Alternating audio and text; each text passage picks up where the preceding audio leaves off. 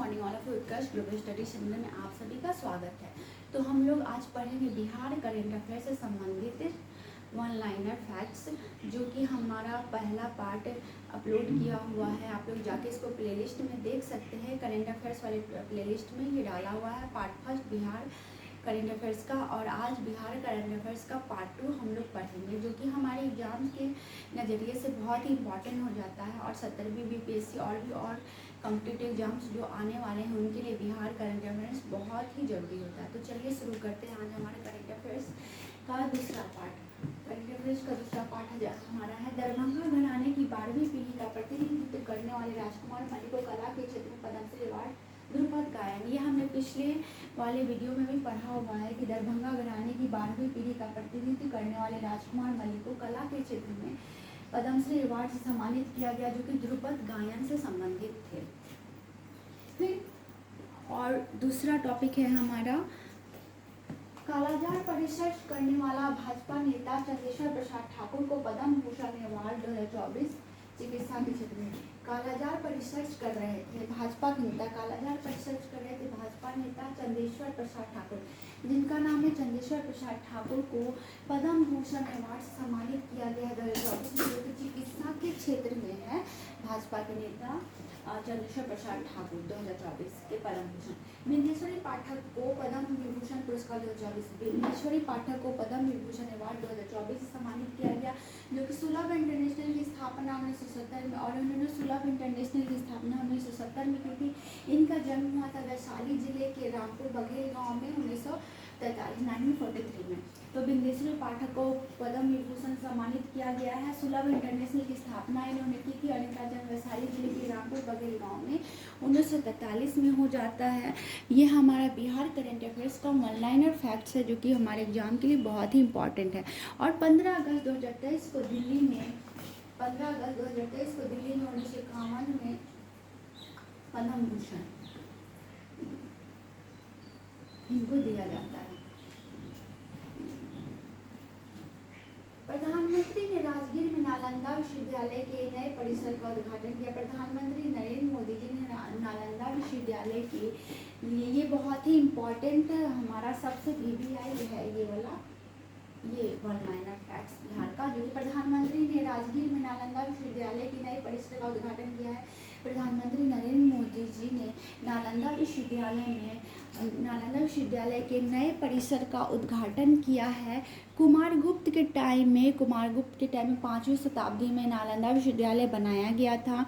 12वीं शताब्दी में बख्तियार खिलजी द्वारा नष्ट कर दिया गया था इसे आक्रमण करके, और 2016 में यूनेस्को हेरिटेज लिस्ट में शामिल है। कौन? नालंदा विश्वविद्यालय, जिसमें प्रधानमंत्री नरेंद्र मोदी जी ने नालंदा विश्वविद्यालय के लिए नए परिसर का उद्घाटन किया है। VVI हो जाता है हमारा। नालंदा विश्वविद्यालय यूनेस्को हेरिटेज लिस्ट में शामिल है। इंडियाज 19 निफ्ट इन बेगूसराय, इंडिया का 19वां निफ्ट बेगूसराय में हुआ है। अवधेश नारायण सिंह एक्टिंग चेयरमैन और बिहार लेजिस्लेटिव काउंसिल, अवधेश नारायण सिंह बिहार के लेजिस्लेटिव काउंसिल के चेयरमैन है। Bihar rank of 16 debating of digital records of patient, Bihar को 6ठा स्थान मिला है अपने पेशेंट का रिकॉर्ड रखने में। यूपी इसमें सबसे पहले आया है। पटना को फर्स्ट रैंक मिला है, शेखपुरा सबसे लास्ट में पहला रैंक। अपने पेशेंट का रिकॉर्ड रखने में पहला रैंक पटना को और दूसरा रैंक मिला है शेखपुरा को। अररिया की खो खो खिलाड़ी नसरीन शेख को राष्ट्रपति द्रौपदी मुर्मू द्वारा अर्जुन पुरस्कार, तो ये भी VVI है हमारा कि अररिया के खो खो प्लेयर नसरीन शेख को राष्ट्रपति द्रौपदी मुर्मू द्वारा अर्जुन पुरस्कार से सम्मानित किया गया। तो ये कुछ हमारे इम्पोर्टेंट बिहार करंट अफेयर से। चलिए अब देखते हैं यहाँ पे क्या है। बेगूसराय के सिमरिया धाम के लिए 115 करोड़ की विभिन्न योजनाओं का मुख्यमंत्री द्वारा लोकार्पण। अगर आप लोग मिथिलांचल के हैं तो आप लोग बेगूसराय गए ही होंगे, और वहाँ पे सिमरिया घाट है, और सिमरिया घाट के लिए 115 करोड़ रुपए की लागत से विभिन्न योजनाओं का लोकार्पण मुख्यमंत्री जी ने नीतीश कुमार जी ने किया है। 12 फरवरी 2024 को विश्वास मत 129 मतों से पारित। और हमारा जो करंट में चल रहा है, हमारी जो सरकार चल रही है, उसको 12 फरवरी 2024 को विश्वास मत 129 मतों से पारित होता है। बिहार एंड टर्शियरी नीति के अंतर्गत 10,000 की छात्रवृत्ति, बिहार एंड टर्शियरी नीति के अंतर्गत 10,000 रुपये की छात्रवृत्ति मिलेगी बच्चों को पढ़ने के लिए। साहित्यकार अविनाश अमन को भूटान में अंतर्राष्ट्रीय मानव हिंदी सेवा सम्मान। तो साहित्यकार अविनाश अमन जो कि बिहार से संबंधित है, उनको भूटान में अंतर्राष्ट्रीय मानव हिंदी सेवा सम्मान से सम्मानित किया गया। पूर्व मध्य रेलवे द्वारा पाटलिपुत्र जंक्शन पर 200 करोड़ की लागत से वंदे भारत ट्रेनों के रखरखाव के लिए कोचिंग कॉम्प्लेक्स बनाया जाएगा। तो पूर्व मध्य रेलवे द्वारा पाटलिपुत्र जंक्शन पर 200 करोड़ की लागत से वंदे भारत के रखरखाव के लिए कोचिंग कॉम्प्लेक्स का निर्माण किया जाएगा। 31 मार्च 2024 से Barauni thermal power station stage 1 220 megawatt को स्थायी रूप से बंद कर दिया गया है। और बरौनी थर्मल पावर, यह आप लोगों में से बहुत लोगों ने देखा होगा, बरौनी थर्मल पावर को 31 मार्च 2024 से बंद कर दिया गया है। 220 मेगावाट बिजली जहाँ से आती थी। संघाई में आयोजित तीरंदाजी वर्ल्ड कप स्टेज 1 में भारत को स्वर्ण और रजत पदक। संघाई में आयोजित तीरंदाजी वर्ल्ड कप में स्टेज 1 में भारत को स्वर्ण और रजत पदक मिला है। और ये किसने दिलाया है? इसे दिलाया प्रियांश ने, जो कि बेगूसराय, बिहार के बेगूसराय से संबंधित है। प्रियांश बिहार के बेगूसराय संबंधित है, जो कि तीरंदाजी वर्ल्ड कप संघाई में स्टेज 1 में भारत को स्वर्ण और रजत पदक दिलाने वाले खिलाड़ी बन गए हैं। बड़ेम मेले का आयोजन राघव सूर्य मंदिर औरंगाबाद में होता है। बड़ेम मेला कहाँ पे होता है? राघव सूर्य मंदिर औरंगाबाद में। कलाकारों के प्रशिक्षण के लिए 38 जिलों में आम्रपाली प्रशिक्षण केंद्र बनाया गया है। और कलाकारों को प्रशिक्षण देने के लिए सभी 38 जिलों में आम्रपाली प्रशिक्षण केंद्र बनाया गया है। पासपोर्ट बनाने में प्रथम स्थान सीवान को मिला है। पासपोर्ट बनाने में प्रथम स्थान किसको मिला है? सीवान को मिला है। हेल्थ एंड वेलनेस सेंटर में 3 माह तक प्रथम Lakhisarai. Health and wellness centre में 3 माह तक लगातार प्रथम कौन आया है? लखीसराय। पूर्व मध्य रेलवे द्वारा डेटा विश्लेषण कंप्यूटर सेंटर हाजीपुर में। पूर्व मध्य रेलवे द्वारा डेटा विश्लेषण सेंटर बनाया गया है हाजीपुर में। खेलो India state centre of excellence Patna में। खेलो India state centre of excellence Patna में बनाया गया है। अडानी ग्रुप द्वारा 50 मेगावाट क्षमता का बिहार का सबसे बड़ा सोलर पावर प्लांट बांका में।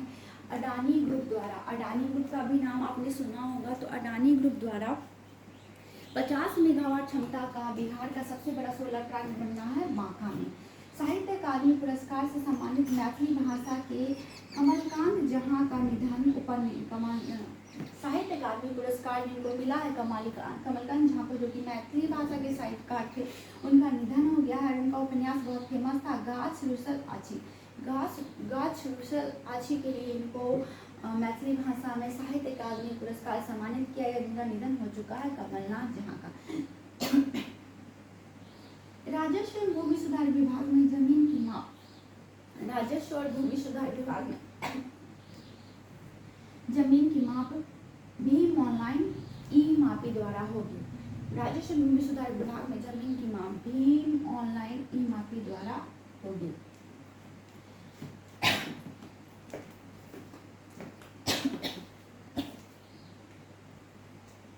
तो ये थे हमारे बिहार करेंट अफेयर से कुछ महत्वपूर्ण इम्पोर्टेंस ऑनलाइन फैक्ट, जिसको आप लोग जाके नोट्स बनाइए, क्योंकि खुद से बनाया हुआ नोट्स ही काम आता है।